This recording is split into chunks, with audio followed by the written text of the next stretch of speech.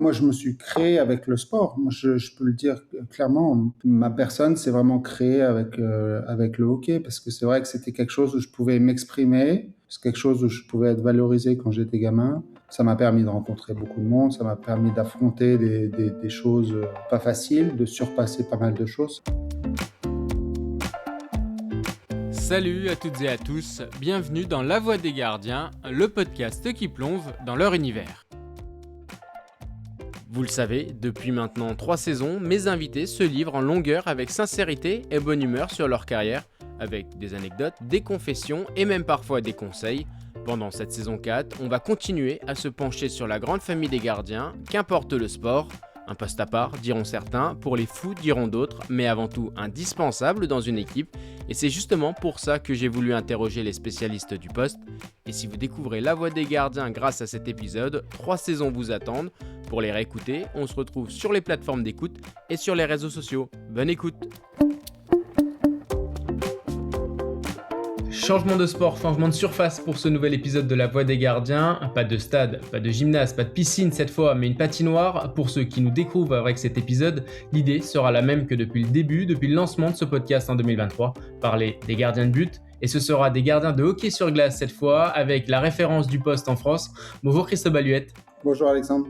Alors ton surnom était Christo Hall, tellement tu étais un mur en Amérique du Nord. Il t'a poursuivi quand tu es revenu en France, de Grenoble à la Coupe Stanley, en passant par l'équipe de France et les JO. On va revenir sur toute ta carrière et surtout, tu vas nous présenter ce poste au hockey, les spécificités, les risques, les qualités nécessaires et les coulisses de tes exploits durant tes plus de 20 ans de carrière. On tentera aussi de voir s'il y a des liens avec d'autres sports qu'on a déjà évoqués à ce micro, le foot, le hand, le water polo et le cécifoot. Mais avant ça, première question, je la pose à tous les invités. C'est quoi un bon gardien de hockey en 2026? C'est une très bonne question. Je pense que si on avait la solution miracle, ben ça, on pourrait le répéter. Je crois que c'est un mélange entre une personne qui est capable d'anticiper, de lire le jeu. Je pense que c'est des choses qu'on va voir avec les autres sports. Je pense que c'est des choses qui apparaissent dans tous les postes de gardien. Une bonne explosivité dans les jambes parce qu'on a des déplacements qui sont quand même intenses et qui doivent être précis et rapides. Après, une bonne souplesse parce qu'on a besoin d'être très souple aussi pour pouvoir tendre un membre, tendre une jambe pour faire l'arrêt. Au football, il y a eu une évolution très forte ces dernières années du poste. Est-ce qu'elle a aussi existé au hockey? Est-ce qu'il y a eu un moment charnière où le sport a fait évoluer le poste et où le poste a dû s'adapter et changer complètement une certaine pratique? Alors oui, c'est la position qui a le plus changé ces 20 dernières années, même 30, on va dire. Dans les années 90, le gardien, c'était un peu celui qui est fou, qui n'avait pas peur forcément. Ensuite, il y a eu l'évolution de l'équipement, parce que c'est vrai qu'à l'époque, moi, quand j'ai commencé, on se faisait souvent mal. Enfin, les pucks pouvaient nous faire mal. Et, il y a cette évolution de l'équipement, puis l'évolution de la technique. Il y a Patrick Roy qui a révolutionné un petit peu le poste fin des années 90. Et ensuite, je pense que c'était plutôt le côté athlétique qui est sorti. On a arrêté de mettre par défaut des gamins dans la cage. C'est devenu des athlètes à part entière. Et c'est vraiment le poste qui a évolué énormément. Il y a eu une réduction des équipements en 2004 en NHL, par exemple, parce que c'était trop dur de marquer au gardien. Puis maintenant je pense que voilà, on arrive à un point où c'est vraiment dans les détails. Les gardiens sont prêts physiquement. La technique est plus ou moins adoptée par tout le monde. Et on voit que voilà, il y a beaucoup de compétition à ce poste maintenant. Et c'est un poste qui a vraiment évolué énormément dans le hockey sur glace. Ouais, je t'ai dit, ces 20 dernières années. Et est-ce qu'on leur demande des choses différentes? Par exemple, au foot, on leur demande de plus participer au jeu, on leur demande de plus jouer haut. Au handball aussi, il y a eu cette évolution avec, on voyait des gardiens qui jouaient peut-être différemment. Est-ce que, au-delà de l'évolution du sportif en lui-même, de l'équipement, est-ce qu'on lui a demandé des choses différentes dernièrement? Ça a fait partie de l'évolution parce que les gardiens, si on parle de participer à la construction offensive, on va dire, de jouer avec le puck, il y a eu une période où il y a des gardiens comme Martin Brodeur qui jouaient comme un défenseur vraiment. Ils ont mis des règles pour éviter justement que les gardiens soient trop actifs. Donc, si vous regardez maintenant dans toutes les patinoires, il y a une espèce de trapézoïde derrière la cage où les gardiens ont le droit de jouer que dans cette zone-là. C'était vraiment pour réduire l'impact des gardiens et pouvoir créer aussi de l'attaque euh, avec des mises en échec, éviter que les gardiens aillent trop dans les coins, être trop impliqués là-dedans. Donc ça a été les règlements qui ont fait que finalement le gardien a un peu moins d'impact de ce côté-là. Et le fait de les limiter, toi, qu'est-ce que t'en penses, le fait d'avoir limité cet apport des gardiens du coup?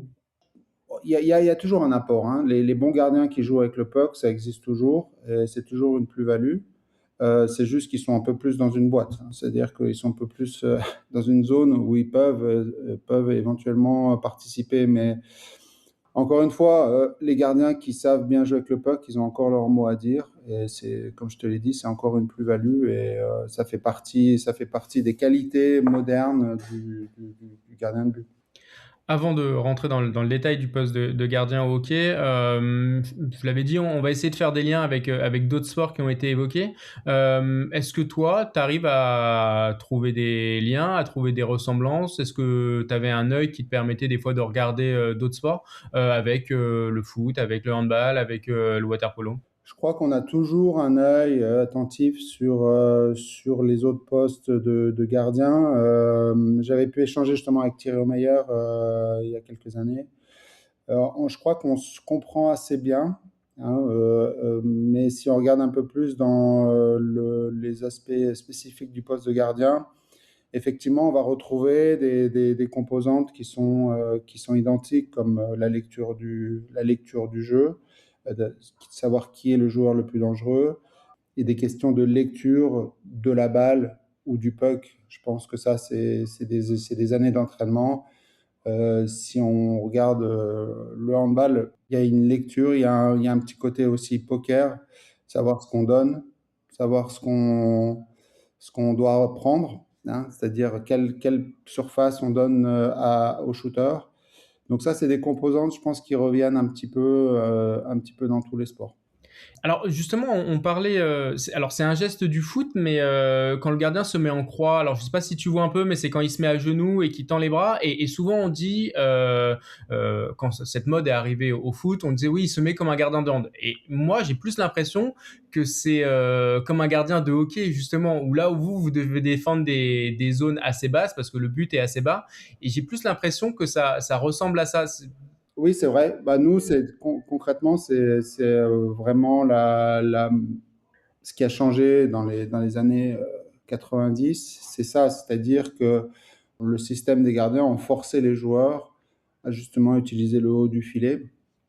Donc, la technique, c'était de prendre vraiment tout ce qui est sur la glace et puis de ne pas se faire battre justement entre les jambes ou voilà.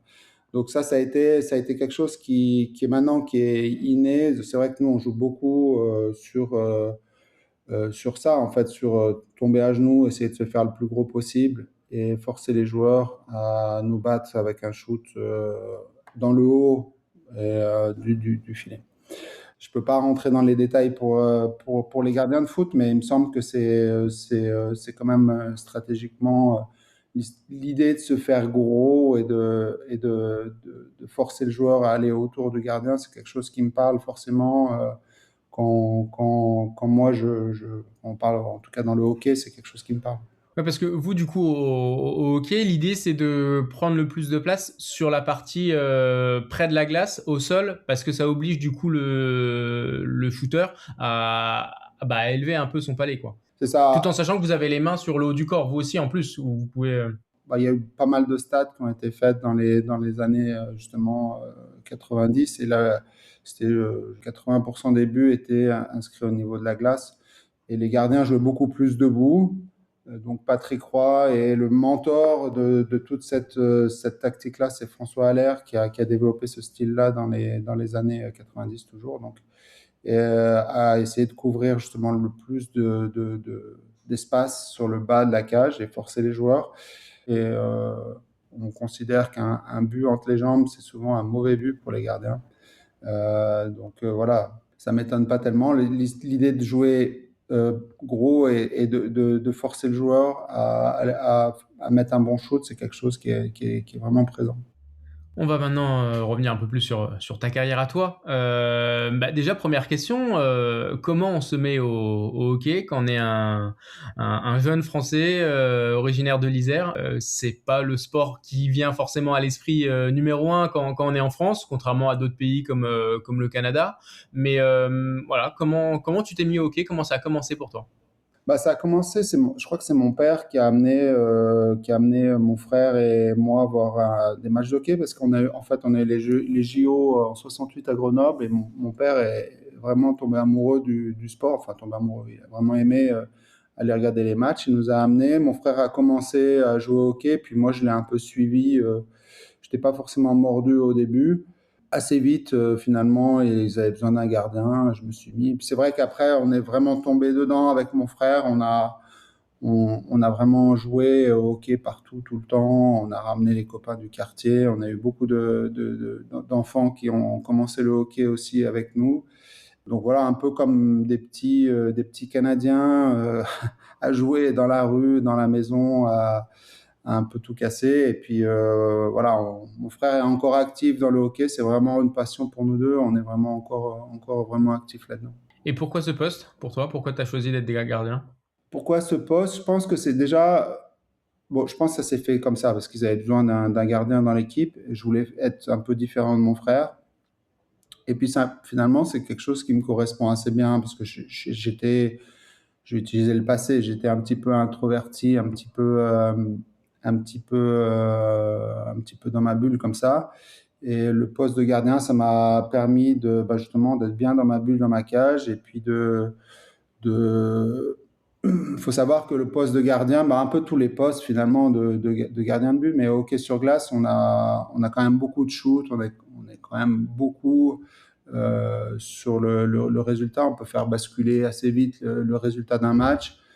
Dans les autres sports aussi, hein, je ne veux pas dire, sauf qu'il y a des fois, au foot, ça peut être un arrêt, deux arrêts. Et dans le hockey, c'est une trentaine de shoots. Donc, on a notre mot à dire sur 30 shoots. Et c'est vrai qu'il y a un peu ce rôle de héros zéro, un héros ou zéro qui m'a assez plu finalement, moi, dans ce poste-là.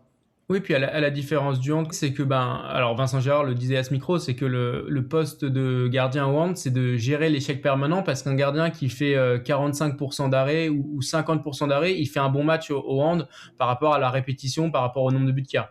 On le détaillera tout à l'heure quand on parlera de ta carrière, mais toi, tu as fait des saisons à 95-93% d'arrêt, donc tu es beaucoup sollicité.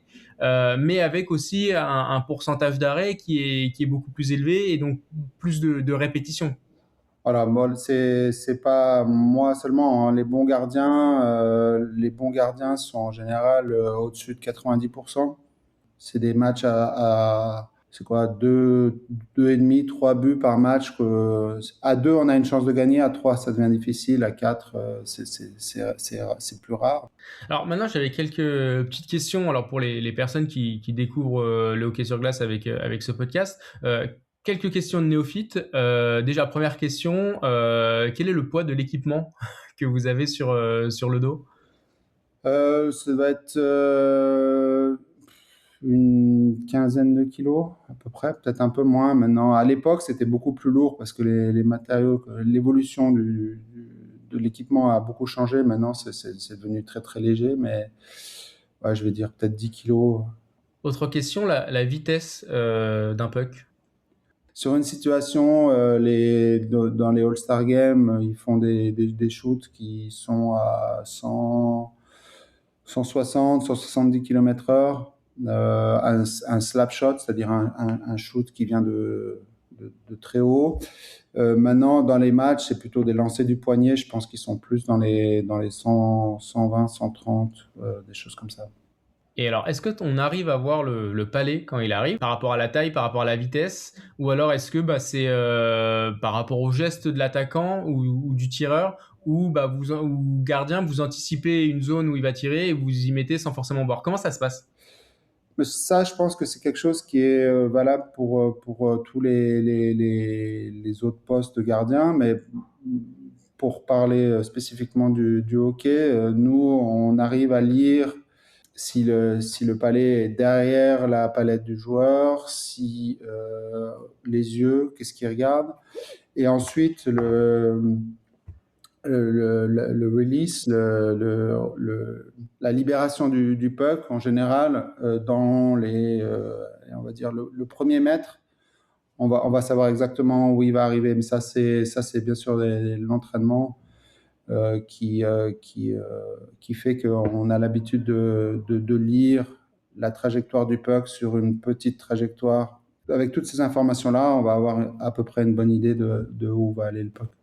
J'ai revu sur YouTube tes highlights de pas mal de tes arrêts qui sont disponibles et j'ai trouvé que tu plongeais beaucoup, en tout cas que tout à l'heure on parlait de la croix mais il n'y avait pas forcément que ça, c'est que des fois bah, tu plongeais comme un gardien, alors des fois à l'envers parce que l'arrêt tu le faisais avec tes jambes et pas avec tes mains là où allait le palais, mais est-ce que c'était ta technique à toi, est-ce que c'était ta spécificité de, voilà, des fois de plonger et de jeter ton corps? Non, en général, bah, moi je suis coach des gardiens à Lausanne, hein, et donc ces highlights-là, c'est que soit on a fait une erreur de lecture, soit on a fait une erreur de quelque part, et c'est les arrêts qu'on montre, mais on va pas montrer les arrêts plus faciles. Moi, ce que je dis souvent, c'est que les arrêts faciles sont parfois difficiles à faire parce qu'on se met finalement, on est au bon endroit, à la bonne place, au bon moment et on n'a pas besoin d'être spectaculaire. Les arrêts qu'on voit dans les highlights, c'est souvent qu'on a eu soit une mauvaise lecture, soit qu'il y a eu un très beau jeu, soit qu'on est en retard ou des choses comme ça. Donc, c'est pas vraiment quelque chose que on a envie tout le temps, mais c'est un outil qu'on doit avoir justement parce on va faire des erreurs dans le match et on a besoin d'avoir ce brin de compétition, j'ai envie de dire, pour pouvoir, dans une situation où c'est pas parfait, faire un arrêt désespéré. Par contre, autre observation, c'est que j'ai trouvé que tu avais beaucoup les épaules en avant, notamment sur des tirs. Est-ce que, voilà, c'est de défendre en avançant, c'est aussi ce qu'on entend un peu dans d'autres sports, mais est-ce que c'est une technique? Est-ce que ça permet d'avancer? Le fait, voilà, d'emmener le corps vers l'avant. Un peu comme au water polo. Nous, on a une position de base qui est les pointes de pied, genoux et épaules qui doivent être alignées. Ensuite, quand on se retrouve à genoux, ben, c'est les genoux et les épaules. Euh, non, en général, ça dépend en fait quelle situation. S'il y a un jeu très dangereux juste devant la cage, comme j'expliquais tout à l'heure, à des moments donnés, je pense que le gardien, il doit peut-être aller, comme tu as dit, au water polo, couvrir et aller un petit peu all out. Voilà. Mais s'il y a des options de passe, s'il y a des options, là, on va être beaucoup plus conservateur. C'est ça un petit peu le jeu du gardien, c'est de pouvoir bien lire les situations quand c'est dangereux ou quand est-ce qu'il y a une autre option. Qui est le joueur le plus dangereux? Est-ce qu'il y a une autre option de passe? Ou alors est-ce que j'y vais et puis je joue ce gars à fond? Avant de rentrer dans le détail de ta carrière, on va passer à la première rubrique.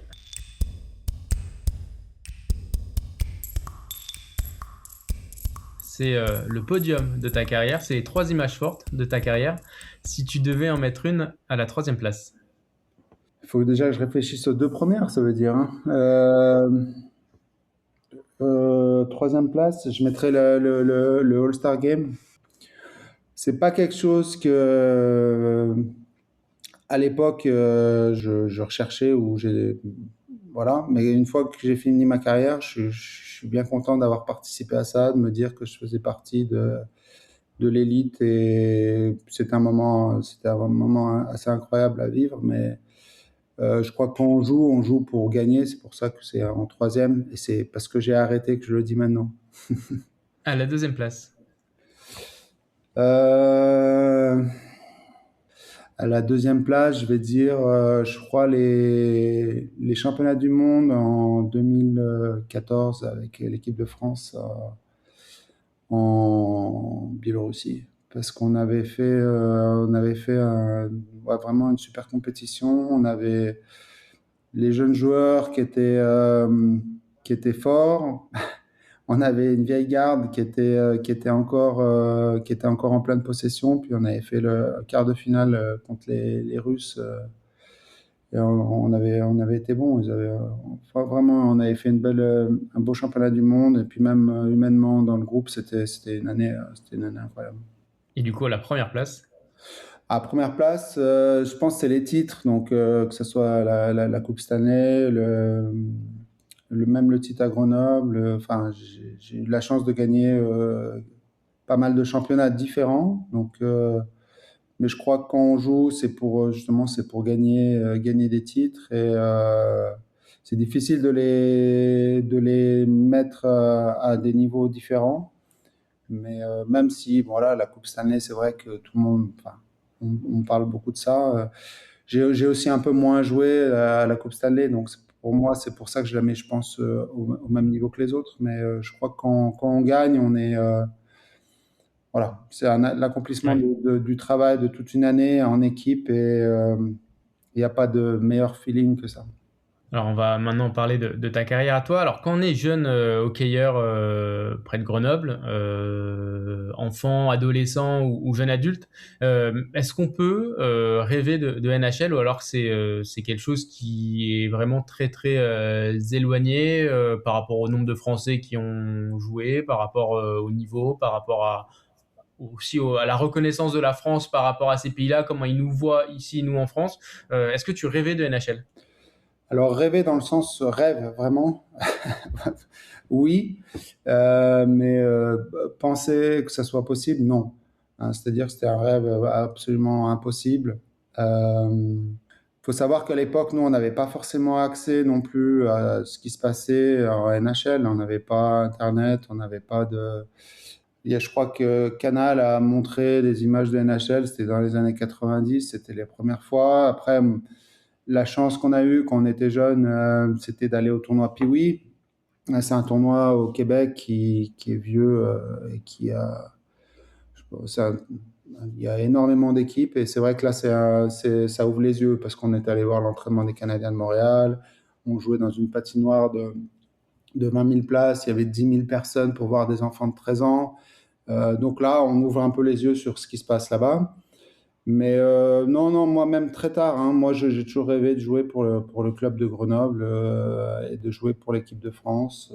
Voilà, c'était ça un peu mes rêves un peu abordables. Après, bien sûr, que quand l'opportunité est arrivée, j'ai accepté d'aller plus loin, bien sûr. Et est-ce que ce tournoi à Montréal, est-ce que c'était ton premier contact avec le hockey nord-américain? Est-ce que ça t'a marqué? Est-ce que ce premier contact-là, il a pu être un déclic dans certaines choses? Ouais, je crois que moi, mes enfants, ils sont allés aussi, mais c'est pas pareil parce ils peuvent voir la NHL tous les matins, les highlights, ils peuvent voir sur les réseaux sociaux comment ça se passe. Donc, c'est pas le même rapport, mais c'est vrai qu'à l'époque, moi, mon frère était allé, il était revenu, je voulais lui poser plein de questions, comment ça se passait, le fait de voir un match de NHL, de voir les entraînements. Enfin, il y a pas mal de choses qui se passent. Et puis, c'est un peu la culture, finalement. Hein. C'est tout ce qui va autour. Je pense que ça a aidé, en tout cas, à se dire que j'adorais ce sport et que j'avais bien fait de faire ça. Quelques années plus tard, tu débutes en championnat de France avec Grenoble. Comment se passent tes premiers pas dans le club de ta ville? Tu dis que c'était ton rêve de jouer pour l'équipe première, mais voilà, comment ça se passe tes débuts en pro? Moi, j'ai eu pas mal de chance à Grenoble parce que, bon, chez les jeunes, on jouait le titre chaque année pour être champion de France. On l'a été beaucoup. Et puis, il y a eu un peu des tentatives d'autres clubs de me faire partir, de me promettre. Et le club de Grenoble m'a gardé à la maison. Ils m'ont dit non, tu restes là, on va te faire jouer. Et ils l'ont fait. Ils m'ont fait jouer pro assez vite. Il y a eu des blessures, des machins comme ça où j'ai pu profiter, mais je pense que ça s'est fait péniblement au début, hein. C'est un apprentissage qui est difficile parce que il y a plein de choses qui rentrent en compte. Faut être un pro, quoi. Enfin, voilà, il y a pas de, faut s'entraîner, faut gérer justement les échecs, faut apprendre à jouer contre des joueurs qui sont plus forts. Et ces années à Grenoble m'ont beaucoup aidé justement à me développer aussi euh,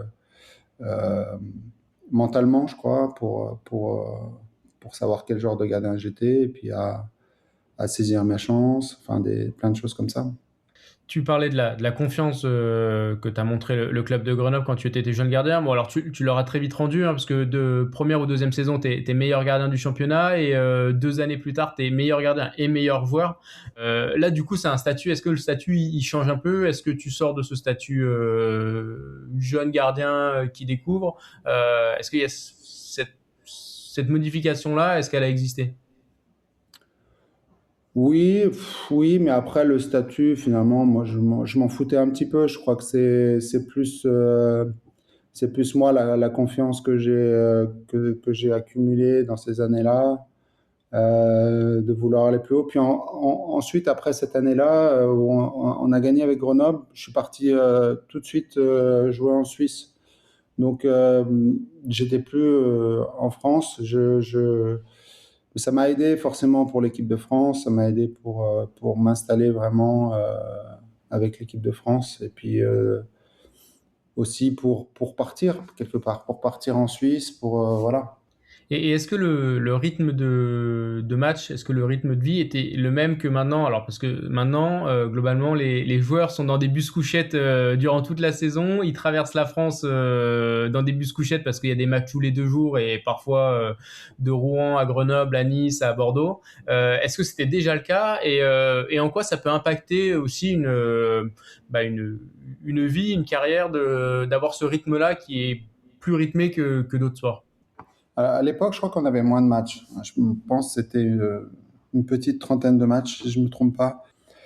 Moi, j'étais à l'université à l'époque, donc c'est vrai que des fois, je sortais du bus à 8 heures du matin et puis j'allais à l'université. Alors, je ne veux pas prétendre pour quelqu'un que je ne suis pas, je n'ai pas bien fini mes études, mais ouais, je pense que bah, maintenant, il y a plus de matchs. Il y a plus de matchs et c'est devenu une ligue plus professionnelle, c'est sûr. Mais je pense que c'était nécessaire en France qu'il y ait plus de matchs pour avoir ce niveau de compétition.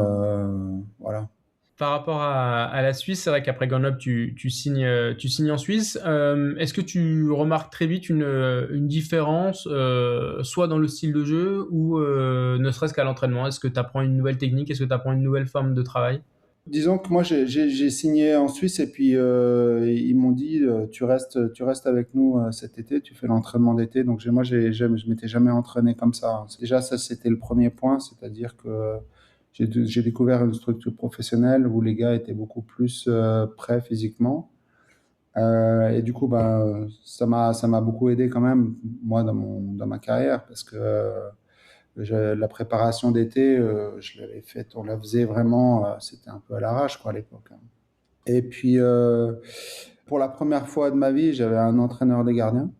Donc ça a aussi été un gros changement, d'avoir quelqu'un à côté de moi pour m'entraîner, pour me développer, gérer les bons, les mauvais moments, enfin, Hmm. toutes ces choses qui vont avec le rôle d'entraîneur.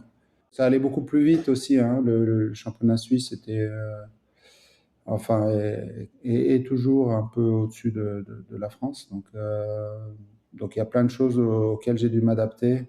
Et puis j'étais considéré comme étranger. Donc c'est-à-dire qu'à l'époque, il y en avait 3 par équipe seulement en Suisse. Et donc je devais apporter un peu une plus-value sur l'équipe, quoi. Enfin, voilà. Ouais, parce qu'il y avait que 3 places pour des étrangers et bah du coup, c'était un effort entre guillemets de l'avoir parce qu'il y en avait très peu, donc il fallait vraiment que tu apportes ça. C'est une pression supplémentaire pour toi? Disons que ça s'est fait assez doucement parce que ma première année, il y avait un gardien qui était assez bon j'étais à Lugano et il y avait un gardien qui était assez bon, donc on a partagé un peu la cage. Mais quand c'est arrivé dans les playoffs, le coach m'a fait jouer tous les matchs. Mais euh, je crois que oui, parce que si ça n'avait pas marché, il m'aurait renvoyé à la maison. Dans ce sens-là, les imports en Suisse sont jetables, les joueurs suisses ne le sont pas.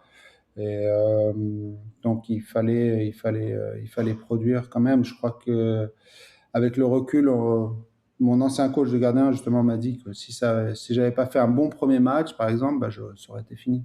Donc il y avait une pression là-dessus auquel je n'étais pas forcément au courant à l'époque, heureusement, mais, euh, mais ça m'a aidé de jouer avec ce statut-là aussi mentalement parce que finalement j'ai pris les chances et ça m'a rendu mentalement ça m'a rendu très fort de jouer avec ce statut-là. Et est-ce que c'est en Suisse où le fait de jouer à l'étranger, c'est là aussi dans un championnat meilleur que la France, tu l'as dit, tu as acquis une certaine stature internationale qui après ensuite t'a permis d'aller encore plus haut. Est-ce que c'était aussi une construction de carrière marche après marche? Oui, alors moi je l'ai encore une fois, moi j'étais toujours dans l'instant présent. Enfin, je me fixais un peu des objectifs de saison, mais je regardais jamais plus loin. Ce qui s'est passé avec Lugano, c'est qu'on a gagné le titre la première année, on est allé en finale la deuxième année, on est allé en finale la troisième année. Donc c'est vrai que les scouts de NHL, ils ont regardé un petit peu vers Lugano voir ce qui se passait, puis ils sont venus me voir. Donc il y a le travail que j'avais mis, le fait que je sois dans une bonne équipe, il y a eu pas mal de facteurs là-dedans, et le fait que on jouait aussi la Coupe d'Europe, j'étais en équipe de France, il y a eu pas mal de choses qui se sont alignées comme ça. Nouvelle rubrique dans cet épisode avant de parler du Canada, des États-Unis. C'est la rubrique sur le champ. Alors, tu es entraîneur d'une équipe et tu dois choisir 5 gardiens que tu dois mettre devant toi. Alors, sur la glace, lesquels tu choisirais et avec quelles caractéristiques? Euh, Moi, j'ai grandi avec Patrick Roy, justement, qui a changé un peu le poste de gardien. Dominique Assec, ça a été mon vrai coup de cœur à l'époque parce que c'était vraiment un talentueux. Alors, si tu vas voir les highlights, tu vas voir qu'il se jette beaucoup. Incroyable, Dominique Assec qui a réussi à gagner à gagner avec des équipes souvent moyennes. Ensuite, je pense qu'il y a Martin Brodeur qui a le record de victoires en NHL. Et puis pour mettre des gardiens de notre époque, je mettrais Jussi Saros parce que c'est un petit gardien, c'est un des seuls petits gardiens qui joue en NHL et qui fait vraiment tout juste. Et moi, je m'en sers pas mal pour les jeunes comme exemple. Et puis en dernier, je mettrais Fabrice Lenry, c'est mon compère de l'équipe de France pendant une vingtaine d'années, avec qui on a partagé plein de choses et c'est une personne incroyable. Maintenant, on va parler de la NHL. Tu signes en 2003 à Los Angeles. Déjà, première question, comment ça se passe? Comment tu traverses l'Atlantique? Je suis drafté en 2001 et puis je continue, je fais une année encore à Lugano et il me signe un contrat d'entrée je crois que c'était 2 ans, avec soit AHL, soit NHL, avec un contrat à deux volets. La différence pour ceux c'est quoi? C'est la première division et la division un peu en dessous? Ouais, c'est le club affilié de la NHL. Il faut savoir qu'en NHL, ils ont une cinquantaine de joueurs sous contrat. Donc moi je m'entraîne bien l'été, puis je pars au camp en essayant de faire une impression là-bas, ce que j'ai fait malgré tout. Mais à la fin, ils me disent, bah, tu vas aller dans le club affilié. Donc, je suis parti, j'étais à Los Angeles, je suis parti de l'autre côté des États-Unis à Manchester, dans le New Hampshire, à côté de Boston. Et j'ai fait les 3 mois là-bas et à essayer de faire encore une fois une impression dans le club affilié à Manchester. Et il y a eu des blessés, il y a eu des blessés à Los Angeles, donc ils m'ont appelé. J'ai fait un peu des navettes, je suis allé faire des matchs, j'ai pas joué, je suis revenu, et puis un jour, ils m'ont dit, bah, non, un jour, je suis rentré pendant le cours du match, puis ils m'ont refait jouer le lendemain, puis j'ai gagné, ta, ta, ta, ta, ta, ta. Puis c'est comme ça que j'ai pu faire, je crois, une grosse douzaine de matchs ma première année en NHL. Donc j'ai bénéficié un peu de concours de circonstances pour pouvoir jouer dès ma première année là-bas. Et parce que du coup, quand tu signes dans un club, eux, après, ils peuvent t'envoyer ici ou là, te faire revenir. Voilà. On est un petit peu du bétail en NHL. On peut même se faire échanger, ce qui s'est passé dans ma carrière plus tard. Mais en fait, on signe un contrat, sauf si on est vraiment établi et star un peu. On a un contrat à un volet. Ça veut dire qu'on peut jouer que pour la première équipe. Souvent, c'est des millions de dollars. Et moi, je crois que j'avais 30 000 $ pour jouer en HL. Et genre, si on veut parler de chips, je pense que c'était à l'époque le minimum, ça devait être 400 000 $ pour jouer à NHL. Donc, il y a beaucoup de joueurs qui sont dans cette situation-là. Soit ils gagnent 30 000, soit ils gagnent 400 000 ou plus. Et donc, la bataille est assez rude pour pouvoir pas stagner dans le deuxième niveau, quoi. Tout le monde veut jouer dans la Ligue Pro et voilà. Et quand tu dis que tu avais été drafté, c'était quoi? C'est bah, un peu comme ça se passe au basket. T'as une. C'est la même chose. Moi, j'étais en 2001, mais moi, j'étais enfin, en général, on draft les jeunes, hein, c'est-à-dire que on draft ceux qui ont dans leur 18e année. Et à la fin, à l'époque, on pouvait drafter des joueurs de plus de 25 ans, dont je faisais partie. Moi, je venais d'avoir 25 ans, je pense, quand j'ai été drafté, ce qui est plus le cas maintenant. Et moi, ils m'ont pris vraiment, je pense, que j'ai le dernier choix de Los Angeles. Ils ont dit, on va essayer de prendre un gars qui est établi dans les ligues européennes, et puis on va voir ce que ça donne.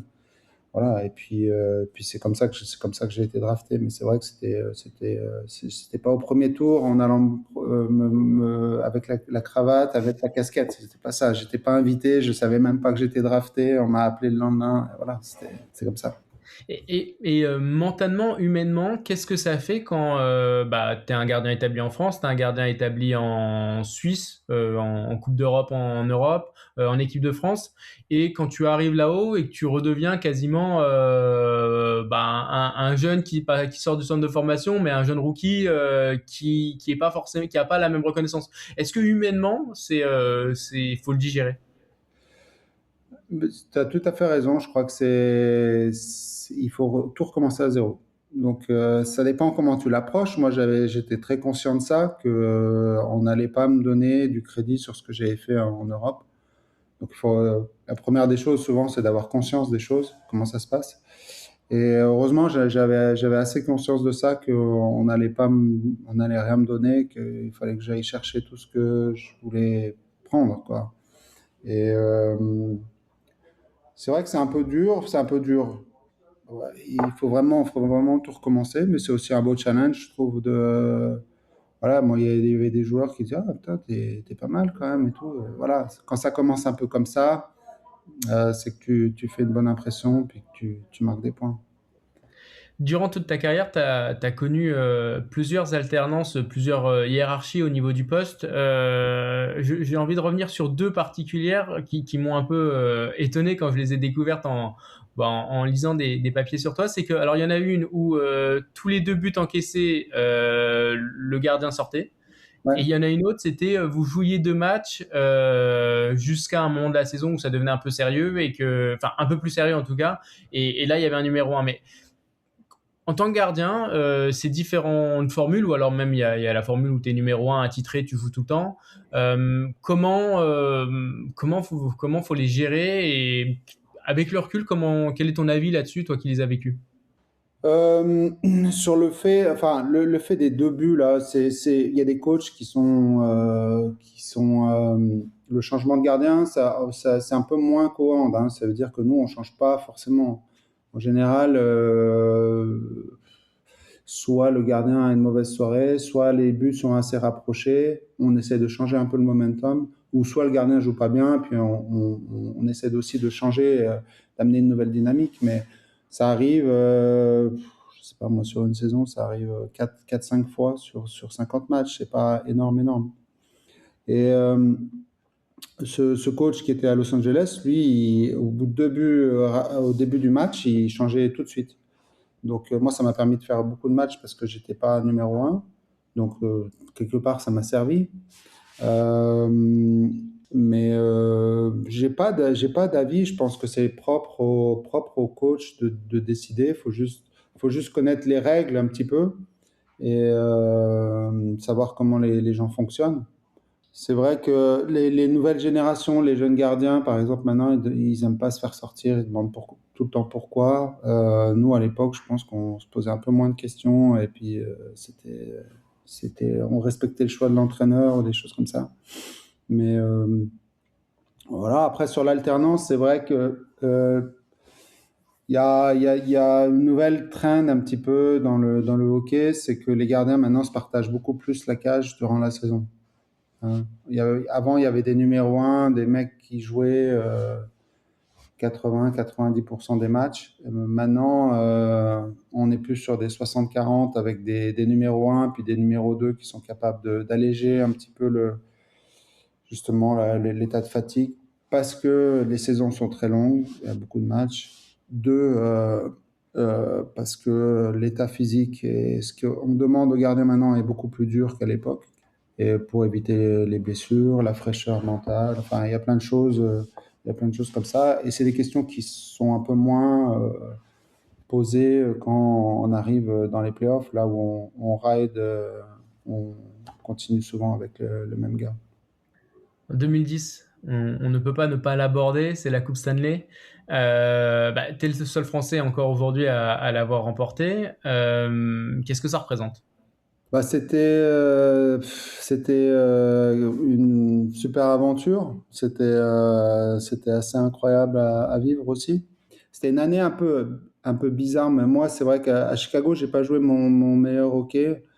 Donc la deuxième saison, la 2010, moi, j'ai dû faire, je crois, 52 matchs dans la saison. Et puis c'est vrai qu'à la fin, le coach m'a dit, la balle, je vais la donner à l'autre gardien. Je jouais un peu moins bien, puis lui il jouait bien. Et donc il a lancé l'autre gardien, puis j'ai jamais récupéré la balle en fait. Donc on a gagné. Et j'ai dû regarder ça un petit peu de l'extérieur. J'ai joué un petit peu, mais pas énorme. En fait, quand on arrive en NHL et qu'on sait le nombre de joueurs, d'excellents joueurs qui n'ont jamais gagné, qui n'ont jamais pu mettre leur nom sur cette coupe, je crois qu'on est prêt à faire pas mal de sacrifices et puis tout faire pour être au service de l'équipe, ce que j'ai fait honnêtement. Et voilà, après, de gagner avec cette équipe-là, de faire la parade, là, je pense qu'il y avait 1,5 million de personnes dans Chicago. Non, c'était des moments incroyables.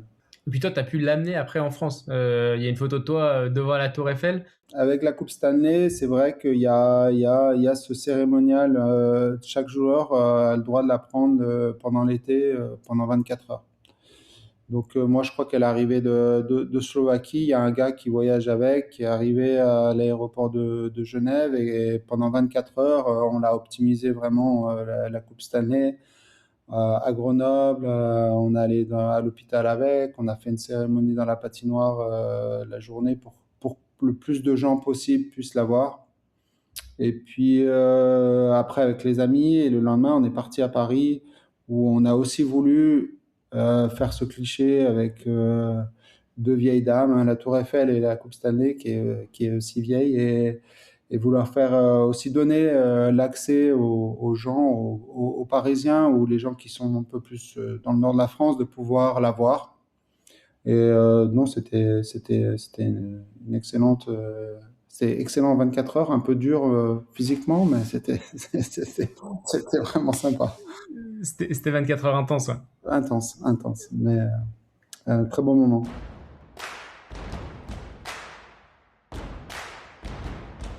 l'équipe de France. On va y passer avec une question mystère pour débuter cette partie. C'est la question d'une personne que tu vas reconnaître, je pense, surtout je crois qu'elle se présente au début. Je vais te laisser l'écouter et après je te laisserai y répondre.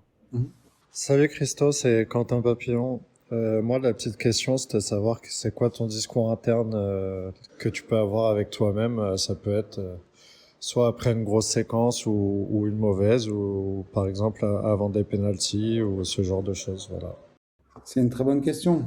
Quentin, je ne sais pas quel est son discours, mais il a eu un bon discours hier soir parce qu'ils ont gagné au penalty. Donc, Quentin Papillon qui est gardien de l'équipe de France de hockey actuellement au championnat du monde. exactement. Donc, non, ça, je pense que c'est des questions qui sont importantes. Après, il faut que je me replonge un petit peu parce que c'est vrai que ça fait quand même un petit moment que j'ai arrêté. Mais quand on est vraiment concentré, le discours interne, il est presque vague.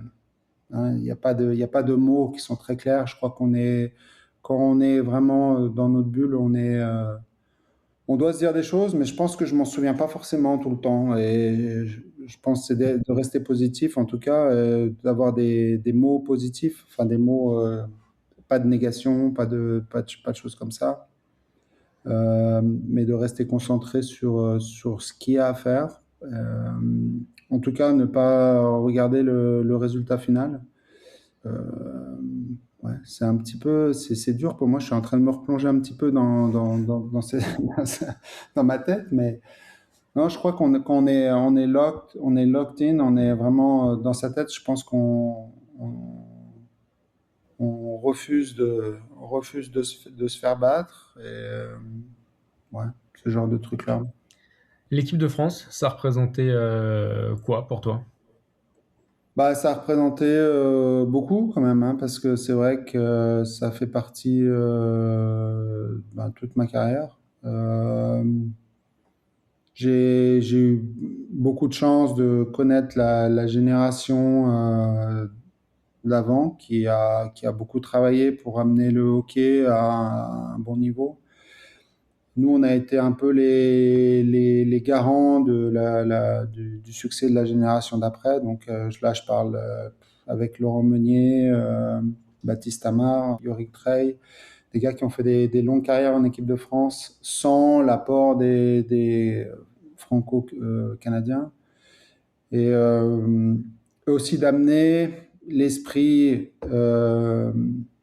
hockey français aux générations d'après. Et en 2015, j'avais 40 ans et ils m'ont dit Christo, tu peux continuer jusqu'au JO de Paris.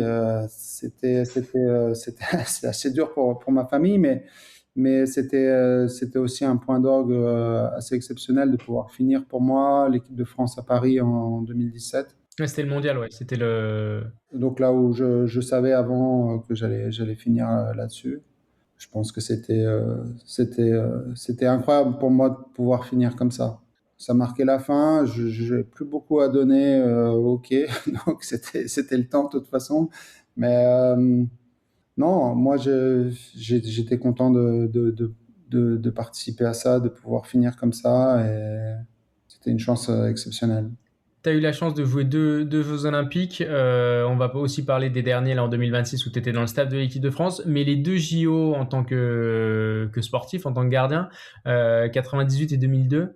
Alors déjà, qu'est-ce que ça représentait pour toi les Jeux, dans l'imaginaire, dans celui de l'enfant, du jeune passionné de sport, mais aussi voilà, quel souvenir t'en gardes de ces deux JO 98 et 2002? J'ai pas mis ça dans les meilleurs souvenirs parce que les JO, c'était d'excellents souvenirs, bien sûr, mais c'est très personnel, quelque part.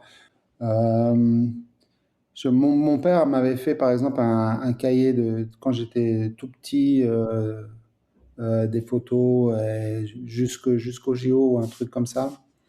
Euh, faire la cérémonie d'ouverture, on l'avait pas fait en 98, on l'a fait en 2002. Ouais, on se sent un peu petit, on sent que le monde est à une bonne place quand on est au JO. Des fois, on a besoin un petit peu de cette fraîcheur humaine, un petit peu, et ça amène tout ça, les JO. Pour nous, c'était une exposition aussi, quelque part. une exposition de notre sport sur les chaînes françaises. Vraiment, je pense que c'était quelque chose. On n'est pas forcément prêt de pouvoir les vivre très tôt pour moi. Ça a été magnifique. Donc, ouais, non, et puis c'est vrai que la suite a été un peu triste pour l'équipe de France, puisque là, depuis 2002, c'est la première fois qu'on a participé là. Et on a vu par exemple Pierre-Edouard Bellemare qui a continué sa carrière juste pour pouvoir. En tout cas, sa motivation, c'était de pouvoir aller au jeu, puis de voir son visage et quelques anciens au JO d'être là-bas. Et ces années de frustration où on est passé tout proche à chaque fois, c'était magnifique en tout cas de voir ces gars pouvoir profiter des JO et de cette expérience-là. Concernant les derniers Jeux Olympiques, tu y as participé dans le staff de l'équipe de France. Question, là c'est plus pour resituer le niveau du hockey français dans le niveau international. Où tu situes la France à travers ces Jeux Olympiques et à travers l'environnement global, et qu'est-ce qui manque aussi, du coup la suite, c'est qu'est-ce qui manque à la France pour passer ce cap?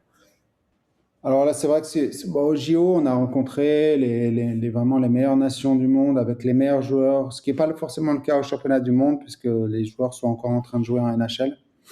Euh, Là, on a potentiellement joué des All-Star Teams, pour faire une comparaison avec les trucs du basket, c'est Dream Team de chaque nation. Je crois que le niveau en France est pas mauvais. Il y a des très bons joueurs en France. On est un peu à la croisée des chemins. Il y a des joueurs qui ont arrêté donc la sélection. Il y a de la place à prendre pour des jeunes joueurs. Et puis des fois, il faut se dire que là, il y a de la place à prendre. Il y a des belles échéances qui arrivent avec les championnats du monde en 2028 à Paris et à Lyon. Il y a les JO en 2030. Donc il y a vraiment des super événements et des super choses à faire pour le hockey français. Encore une fois, on a pris un peu de retard par rapport à d'autres nations, pour être honnête. Mais on est encore au contact. Quelques dernières questions avant de clôturer cet entretien. Tu es aujourd'hui entraîneur des gardiens en Suisse, à Lausanne. Tu as participé au staff de l'équipe de France là, sur les derniers Jeux Olympiques. Question, mais en tant que Français, pourquoi aujourd'hui tu t'occupes de gardiens suisses et pas forcément en France? Différentes raisons, mais la première raison, c'est que bah, depuis que j'ai arrêté, ou même quand je suis revenu de NHL, j'ai fait ma vie en Suisse, donc avec mes enfants, et puis ma carrière s'est continuée en Suisse. Deuxièmement, parce que je suis bien à Lausanne, c'est pas très loin de la France, et puis j'ai un peu construit ma vie ici, donc voilà, tout simplement ça. Je pense que aussi ici, les conditions de travail en Suisse sont super, et puis j'ai de la chance de pouvoir faire ce travail-là dans une équipe professionnelle et bien structurée comme à Lausanne. Et puis ensuite, ça te permet de... Alors, je sais pas si c'est quelque chose de positif ou alors c'est négatif parce que c'est dur à vivre, mais ça te permet de jouer contre tes fils qui eux aussi sont gardiens d'ailleurs. Les deux, ouais, les deux garçons sont gardiens. Ouais. Alors, il y en a un qui est dans le mouvement junior ici à Lausanne, et le grand qui joue dans un club rival à Cloten. Donc, ouais, ouais, non, mais ouais. J'ai eu un match assez compliqué où mon grand a fait son premier match pro ici à Lausanne, où j'étais quand même bien dans l'embarras, dans mes émotions dans ce match-là, mais ça va, il a bien joué, et puis voilà, le match est passé. Tu les as guidés vers le poste de gardien ou ils y sont allés tout seuls comme des grands? Euh, non, enfin, les deux, pu me voir jouer, je pense que ça a influencé un petit peu leur choix. Moi, j'ai essayé de leur faire plein de sports, avant, bien sûr du hockey, mais ils ont touché à pas mal d'autres sports et puis ça s'est fait assez naturellement, le hockey sur glace. Ils étaient joueurs et puis voilà, c'est eux qui ont choisi à un moment donné de partir gardien. C'est pas quelque chose que j'aurais forcément voulu à l'époque, mais Pourquoi? C'était parce que tu savais ce que ça impliquait, tu savais ce qu'ils allaient pouvoir endurer? j'avais un petit peu peur de ouais, pas mal de choses, et la comparaison. Et ils ont géré ça super bien. J'utilise le passé parce que je crois qu'ils se sont fait un prénom et puis qu'ils se sont fait leur propre identité. Puis moi, je suis un vieux maintenant, donc c'est bon. Mais je crois que c'était. Non, c'est vraiment eux le grand. J'ai attendu vraiment avant qu'il essaye gardien. Puis je lui ai dit quand tu auras 7 ans. Puis le jour de son anniversaire, il me dit c'est bon, maintenant je peux y aller. Donc voilà, c'était des choses comme ça où on peut pas aller contre.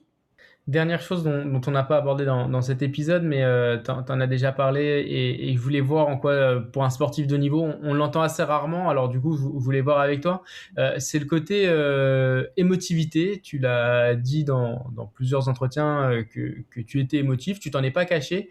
Faut que globalement les sportifs, et peut-être même encore plus les garçons, ne disent pas, ou en tout cas essayent de le cacher. Est-ce que c'était un avantage dans ta carrière? Est-ce qu'il a fallu faire avec? Est-ce que ça faisait partie de toi? Est-ce que ça n'a eu aucune incidence? Voilà. Comment tu as pu gérer cette émotivité? Quand mon dernier match à Paris, par exemple, les 30 mètres pour aller au banc, bah, j'étais en pleurs. Euh, Quand il faut parler, il y a des gens qui viennent pour la Coupe cette année, j'ai du mal à contrôler mes émotions. Mais quand c'est dans le cadre du hockey, je suis assez sang-froid quand même. Enfin, je veux dire, je suis, je suis plus un lion, j'ai un peu deux personnalités comme ça, mais dès que ça touche un peu la famille, les amis, ou il y a quelque chose qui est un peu fort comme ça, où les gens te donnent beaucoup, ben oui, là, je suis très, j'arrive pas souvent à me contenir. Et est-ce que le fait de te créer une carapace sur le terrain, de devenir un lion comme tu le dis, est-ce que le fait de te la créer, ça te rend encore plus lion, ça te rend encore plus sang-froid que si tu avais un tempérament de base linéaire? Non, moi, je me suis créé avec le sport. Moi, je peux le dire clairement, pas tout le monde, enfin, quelque part, hein. Ma personne s'est vraiment créée avec le hockey parce que c'est vrai que c'était quelque chose où je pouvais m'exprimer, c'est quelque chose où je pouvais être valorisé quand j'étais gamin. Ça m'a permis de rencontrer beaucoup de monde, ça m'a permis d'affronter des choses pas faciles, de surpasser pas mal de choses. Et c'est pour ça que c'est magnifique d'avoir des passions et d'aller au bout des choses comme ça. Merci Cristobal pour cet entretien, cette découverte du hockey. Avec plaisir. Merci à vous pour l'accueil.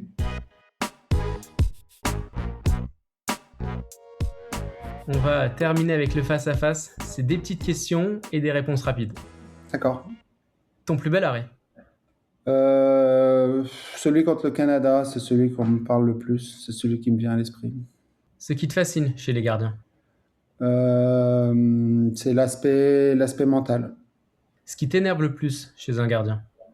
C'est l'arrogance. Ton geste préféré? Moi, j'ai fait le scorpion pas mal de fois. C'est en relevant la jambe derrière. Ouais. Et l'exercice que tu détestais? Ouais, je pense que c'était quand il fallait faire des tests de course l'été. L'exercice qu'il déteste mais que toi tu adores? On a un petit jeu qui s'appelle le Rebound Game. J'aimais bien ça. Je suis pas sûr que tous les gardiens aiment ça. Cheveux courts ou cheveux longs? Cheveux longs, jeunes, cheveux courts, vieux. Pourquoi le numéro 39? Parce que je suis né le 3 septembre. Et puis Dominique Assec portait le 39, donc c'était aussi la deuxième raison. L'adversaire le plus coriace? Ouais, il y en a beaucoup, mais je pense que c'était Alex Ovechkin quand même. Ton modèle? Euh, je sais pas, j'ai pris sur tellement de personnes que je peux pas tout les citer. Est-ce que le mur avait une fissure? Oui, oui, oula. Oui, oui, le mur avait beaucoup de fissures. J'ai pris quand même beaucoup de buts. L'entraîneur qui comprenait le plus le poste de gardien. Euh, je sais pas. À l'époque, je savais pas ce que les entraîneurs pensaient. Je- donc, je ne sais pas. Et le conseil que tu donnerais au Cristobal Huette, né à Saint-Martin-d'Hères. Change rien, crois en toi, amuse-toi. Eh bien, merci beaucoup pour ce conseil, merci beaucoup pour cet entretien, merci d'avoir retracé toute ta carrière.